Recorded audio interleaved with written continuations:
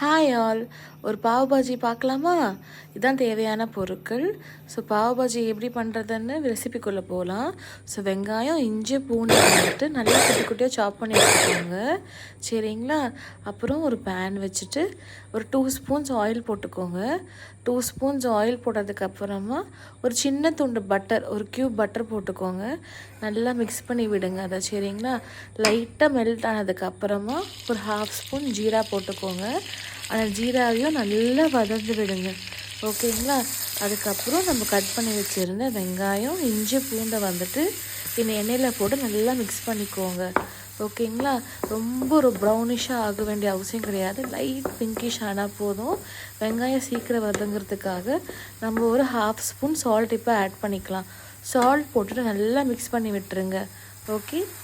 இப்போ நல்லா இந்த ஸ்டேஜ் வந்ததுக்கப்புறமா 2 பச்சை மிளகாய் கட் பண்ணி வச்சுட்டு இதை ஆட் பண்ணிக்கோங்க.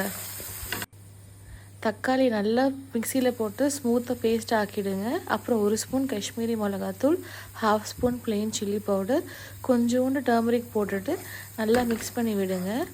இந்த ஸ்டேஜில் வெஜிடபிள்ஸ்லாம் நம்ம கட் பண்ணி எடுத்துக்கலாம். ஸோ 1 ஸ்பூன் தனியாத்தூள், 1/2 spoon ஜீராத்தூள், 1/2 spoon garam masala add பண்ணி நல்லா மிக்ஸ் பண்ணி விட்டுக்கோங்க. ஸோ இதுக்கப்புறமா நம்ம சாப் பண்ணி வச்சுருந்த எல்லா வெஜிடபிள்ஸையும் ஆட் பண்ண போகிறோம். ஸோ உங்களுக்கு பிடிச்ச வெஜிடபிள்ஸ்லாம் நீங்கள் ஆட் பண்ணிக்கலாம். நீங்கள் வந்து கேப்சிகம் ஆட் பண்ணலாம், காலிஃப்ளவர் ஆட் பண்ணலாம், பீட்ரூட் ஆட் பண்ணலாம்.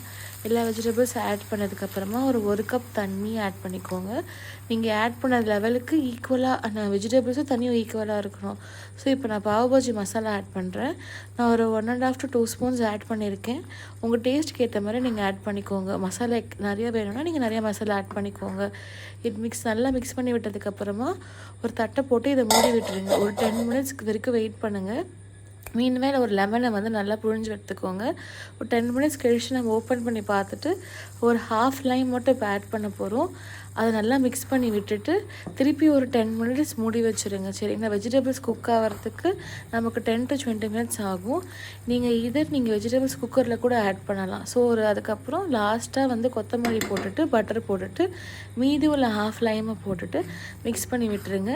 நெக்ஸ்ட் நம்ம வந்து பாவு எப்படி ரெடி பண்ணுறதுன்னு பார்க்கலாம், சரிங்களா? இதுதான் நான் வந்து கடையில் வாங்கின பாவு இது.